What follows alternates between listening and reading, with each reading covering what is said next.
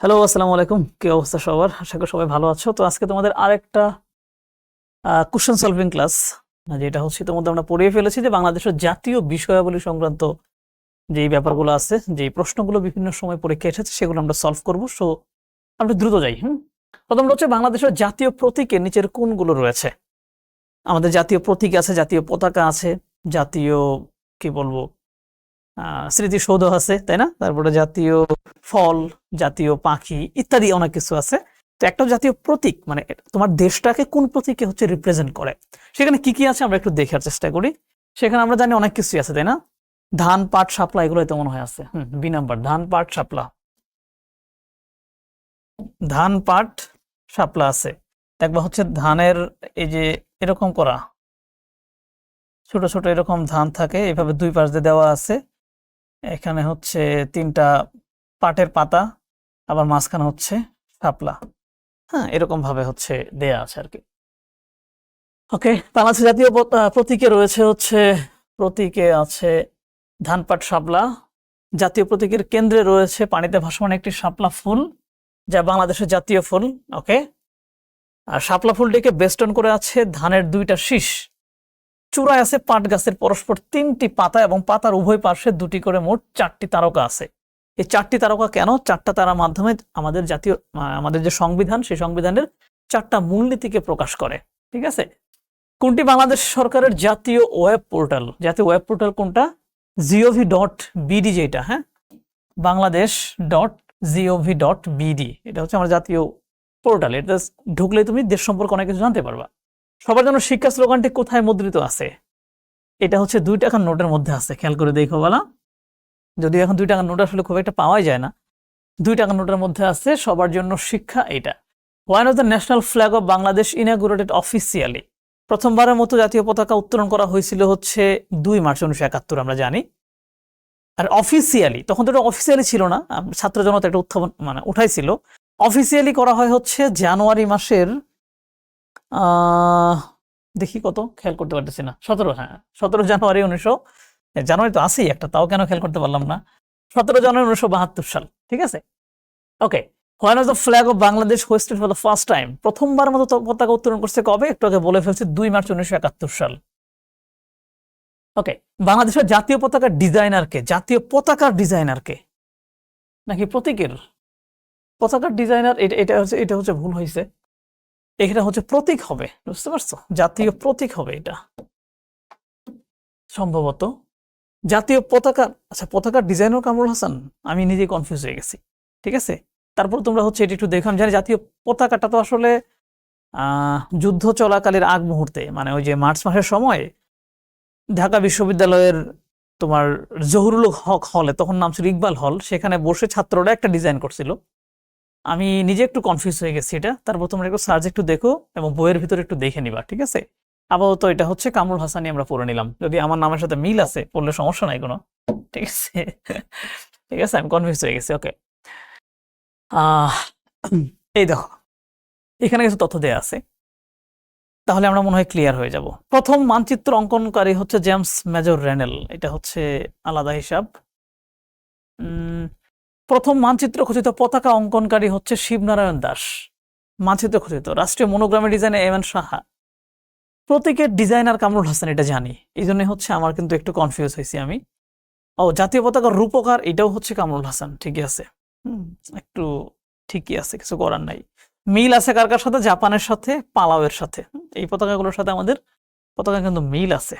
Okay, how many lines of আমার সোনার Bangla in the national anthem of Bangladesh? প্রথম 10 line, তাই না? দ্য ফার্স্ট 10 লাইন্স নেওয়া হয়েছে জাতীয় ওই গানটার প্রথম 10 লাইন জাতীয় সঙ্গীত বানানো হয়েছে আমাদের। বাংলাদেশের জাতীয় পাখি কোনটা? এটা তো মনে হয় না বলার দরকার আছে। দোয়েল। নিচের কোনটি বাংলাদেশের জাতীয় জরুরি সেবা প্রদান করে থাকে?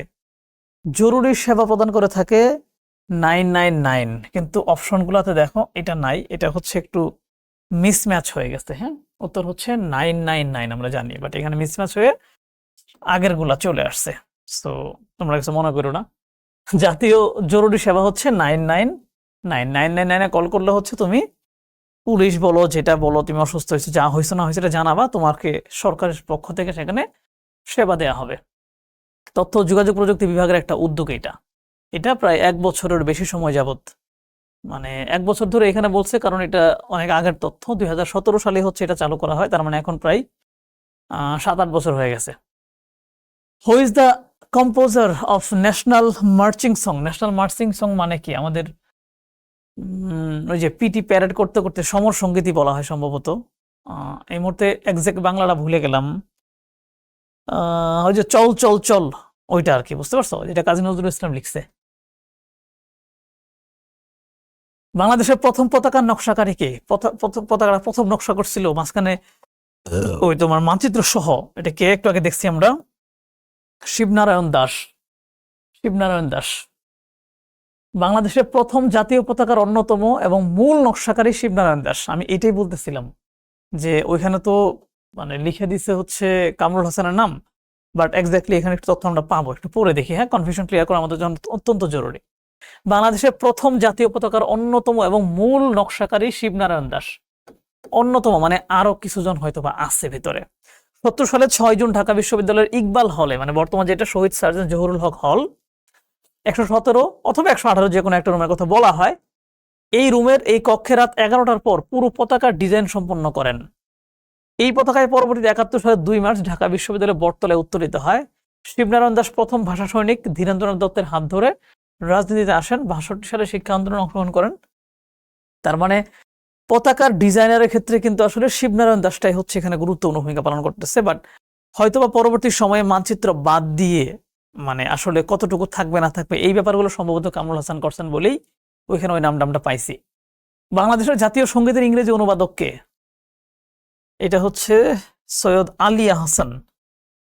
সৈয়দ আলিয়া হাসান। গণপ্রজাতন্ত্রী বাংলাদেশ সরকারের মনোগ্রামটি কে তৈরি করেন? মনোগ্রাম, আমাদের মনোগ্রাম যেটা, এটা হচ্ছে এম.এন. সাহা তৈরি করছে। মানে বাংলাদেশ, ওই যে বলে না গণপ্রজাতন্ত্রী বাংলাদেশ, এরকম লেখা থাকে একটা গোল, একবার সরকারি চাকরি যারা করে ওদের গাড়িতে লাগানো থাকে, ওটা মনোগ্রাম। এম.এন. সাহা এটা তৈরি করছে।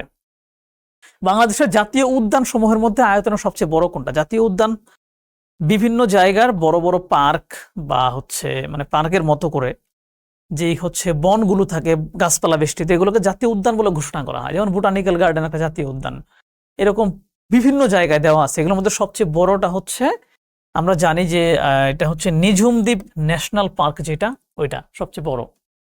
সাভারে জাতীয় স্মৃতিসৌধের স্থপতি কে? সাভারে যে জাতীয় স্মৃতিসৌধটা আছে এরকম দেখতে এরকম লাগে, তাই না? এরকম সৈয়দ মাইনুল হোসেন হচ্ছে এটার স্থপতি। বাংলাদেশের জাতীয় প্রতীকে যে তারকাগুলো রয়েছে তাদের কি বোঝানো হয়? 72 সংবিধানের 4টা যে মূলনীতি আছে, 72 সংবিধানের 4টা মূলনীতি কি? জাতীয়তাবাদ, গণতন্ত্র, সমাজতন্ত্র, ধর্মনিরপেক্ষতা। এই 4টা মূলনীতি আমাদের মানে সংবিধানের মূলনীতি। এই 4টায় আমাদের জাতীয় প্রতীকের ভিতরে 4টা স্টার দিয়ে হচ্ছে ইঙ্গিত করা হয়েছে। বাংলাদেশের জাতীয় নিরাপত্তা এবং সংহতির প্রতীক কোনটা? মানে আমাদের জাতীয় নিরাপত্তা এবং সংহতির প্রতীক হচ্ছে আমাদের রাষ্ট্রপতি। যেহেতু মন্ত্রিসভার ভিতরে বিভিন্ন আলাদা আলাদা মন্ত্রী আছে, সশস্ত্র বিভাগ আছে, মানে সশস্ত্র বাহিনীর বিভাগ আছে, পুলিশ বাহিনী আছে, বিচার বিভাগ আছে, কিন্তু বাট এই সবগুলোর উপরে একজন আছে হচ্ছে রাষ্ট্রপতি। সো ওনার মাধ্যমে সবগুলোর ভিতরে একটা ইউনিটি বোঝায় যে হ্যাঁ আমরা সবাই এক এবং অভিন্ন। বাংলাদেশের জাতীয় পতাকা দিবস কবে? আমাদের পতাকা দিবসটা হচ্ছে ওই যে 2 মার্চ প্রথম উত্তোলন করা হয়েছে 1971 সালের 2 মার্চ ঢাকা বিশ্ববিদ্যালয়ের কলা ভবনের সামনে বটতলায় প্রথমবারের মতো এই পতাকা উত্তোলন করা হয়। ওটাই হচ্ছে আমাদের জাতীয় পতাকা দিবস। জাতীয় পতাকার রূপকার চিত্রশিল্পী কামরুল হাসান, ওই আর কি পরবর্তী এটা আসছে। জাতীয় পতাকার নকশা প্রথম তৈরি করেন হচ্ছে শিবনারায়ণ দাস। এবার আমরা মোটামুটি ক্লিয়ার হইলাম যে প্রথম যে নকশাটা করছিল, প্ল্যান করছিল, সেটা হচ্ছে শিবনারায়ণ দাস। বাট পরবর্তী সময়ে এইটা কতটুকু সাইজের হবে, কি হবে না হবে, এই সবকিছু মিলায় যিনি ফাইনাল ডিজাইনটা করেন সেটা হচ্ছে কামরুল হাসান।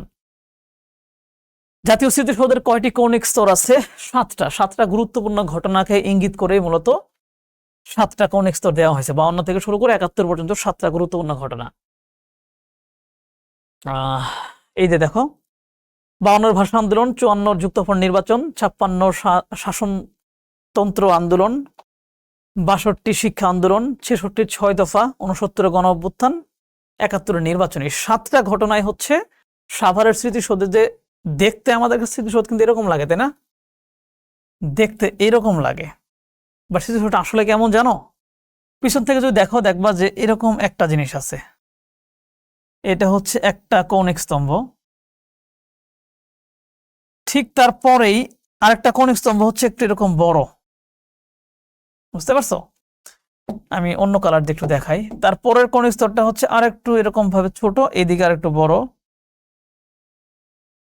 এরকম। আরেকটা কৌণিক স্তম্ভ হচ্ছে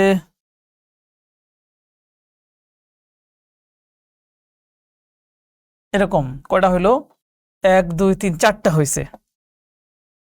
আরেকটা কৌণিক স্তম্ভ হচ্ছে এখান থেকে শুরু হয়ে আরেকটু এরকম প্রশস্ত হয়ে গেছে। সবগুলোর বেসমেন্ট হচ্ছে একই জায়গায় কিন্তু, হ্যাঁ, 5টা। আরেকটা হচ্ছে ধরো এই যে এখান থেকে শুরু হয়ে এরকম, আমি তো প্রথমটা ছোট আকারে ফেলছি, এইরকম ভাবে হচ্ছে টোটাল 7টা, এরকম ধাপে ধাপে ধাপে ধাপে 7টা জিনিস বসাইছে। অনেক দূর থেকে দেখলে এরকম মনে হয়, বুঝতে পারছো? 7টা জিনিস হচ্ছে এইটা। How many stars are there in the official monogram of the people's republic of Bangladesh? বাংলাদেশের যে অফিসিয়াল মনোগ্রামটা আছে সেখানে কয়টা স্টার দেয়া আছে? আমরা জানি 4টা স্টার দেয়া আছে, কারণ আমাদের সংবিধানের 4টা মূলনীতি হচ্ছে এই 4টা স্টারের মাধ্যমে বোঝানো হয়েছে। উৎসব অনুষ্ঠানে বাংলাদেশের জাতীয় সঙ্গীতের কত চরণ বাজানো হয়? আমরা সবাই জানি এটা প্রথম 4 চরণ বাজানো হয়। কোন অনুষ্ঠান, উৎসব বা যে কোনো জায়গায় মাত্র 4 লাইন বাজানো হয়। কোন সালে প্রথম আন্তর্জাতিক মাতৃভাষা দিবস পালিত হয়? আন্তর্জাতিক মাতৃভাষা দিবস আমরা পাইছি কত সালে? 1999 সালে। ঠিক তার পরের বছরই হচ্ছে এটা প্রথমবারের মতো পালিত হয়, তাই না? খুবই সিম্পল হিসাব। সো 2000 সালে। জাতীয় শিক্ষক দিবস কবে পালিত হয়? এটা নিয়ে একটু কনফিউশন আছে। এটা হচ্ছে প্রথমত 19 জানুয়ারি ছিল একটা সময়, বাট 2003 সাল থেকে হচ্ছে এইটা আর পালন হয় না। তখন থেকে এটা হিসাব করে নিছে যে এটা প্রতি বছরের 5 অক্টোবর এটা পালন হবে। তার মানে আগে ছিল 19 জানুয়ারি, সো অপশনে যেহেতু 19 জানুয়ারি গুলা ছিল, সো 19 জানুয়ারি দাগানো লাগছে। বাট বর্তমানে যদি আসে সেটা হচ্ছে 5 অক্টোবর হবে। জাতীয় জনসেবা দিবস কবে? জনসেবা দিবস সম্ভবত 2 জানুয়ারি। হ্যাঁ, 2 জানুয়ারি হচ্ছে জনসেবা দিবস। বাংলাদেশের কৃষি দিবস কবে? কৃষি দিবস হচ্ছে 1 অগ্রহায়ণ। এটা হচ্ছে বাংলায়, হ্যাঁ, এই যে কয়েকদিন আগে হচ্ছে 1 অগ্রহায়ণ পার হয়ে গেছে। শীতকাল শুরু হয়ে যায় এখান থেকে, কারণ এই সময় আসলে এই যে ঘরে ঘরে ধান ওঠে এবং মানুষজন, এবং এটা এই সিজন অনেক বেশি সবজি আবাদ হয়, নানান ধরনের কারণ এটা দেয়। আরো কিছু বিষয় আছে, আমরা একটু দেখি এখানে। জাতীয় নিরাপদ সড়ক দিবস 22 অক্টোবর। সমবায় দিবস নভেম্বর মাসের প্রথম শনিবার। সংবিধান দিবস 4 নভেম্বর, কারণ 4 নভেম্বর এটা গৃহীত হয়েছিল। জাতীয় কৃষি দিবস 15 নভেম্বর কিংবা 1 অগ্রহায়ণ। সশস্ত্র বাহিনী দিবস 21 নভেম্বর, এবং আমি আজকে যেদিন রেকর্ড করতেছি আজকে কিন্তু 21 নভেম্বর। মুক্তিযোদ্ধা দিবস 1 ডিসেম্বর। জাতীয় যুব দিবস 8 ডিসেম্বর। কোন দিনটিকে সশস্ত্র দিবস কেন 21 নভেম্বর জানো তো? কারণ মুক্তিযুদ্ধ চলাকালীন সময়ে 21 নভেম্বর ভারতীয় বাহিনী এবং বাংলাদেশের বাহিনী মিলে যৌথ বাহিনী গঠন করা হয়। ওই দিনটাই সশস্ত্র দিবস হিসেবে পালন করা হয়। কোন দিনটিকে মুক্তিযোদ্ধা দিবস হিসেবে ঘোষণা করা হয়? মুক্তিযোদ্ধা দিবস হচ্ছে মূলত 1 ডিসেম্বর। 1 ডিসেম্বরকে মুক্তিযোদ্ধা দিবস হিসেবে ঘোষণা করা হয়। শহীদ শামসুজ্জোহা যেদিন মারা গেছেন ওইটাই হচ্ছে তার দিবস, 18 ফেব্রুয়ারি। 18 ফেব্রুয়ারি হচ্ছে শহীদ শামসুজ্জোহা দিবস। তিনি রাজশাহী বিশ্ববিদ্যালয়ের প্রক্টর ছিলেন, এবং 69 গণ অভ্যুত্থানে প্রথম শহীদ বলা হয় হচ্ছে ওনাকে। এবং বাংলাদেশের মুক্তিযুদ্ধের সংগ্রামে প্রথম বুদ্ধিজীবী শহীদ হচ্ছেন এই শহীদ শামসুজ্জোহা। রোকেয়া দিবস। রোকেয়া দিবস কোন তারিখে? বেগম রোকেয়ার জন্ম এবং মৃত্যু একই দিনে, সেটা হচ্ছে 9 ডিসেম্বর। তো এটাই হচ্ছে রোকেয়া দিবস। জাতীয় কর দিবস কবে পালিত হয়? জাতীয় কর দিবস সম্ভবত 30 নভেম্বর। 30 নভেম্বর। কারণটা কি জানো? আমরা যে আয়কর গুলা দিই, এই আয়কর সাবমিটের বা এই রিটার্ন সাবমিটের লাস্ট ডেট থাকে হচ্ছে নভেম্বরের 30 তারিখ। 30 নভেম্বর শেষ। তার মানে এই অধ্যায় থেকে যে গুরুত্বপূর্ণ প্রশ্ন যেগুলো আসছিল আমরা দেখলাম সেটা আপাতত শেষ হয়ে গেছে। সো সবাইকে ধন্যবাদ, পরবর্তীটাতে আবার দেখা হবে।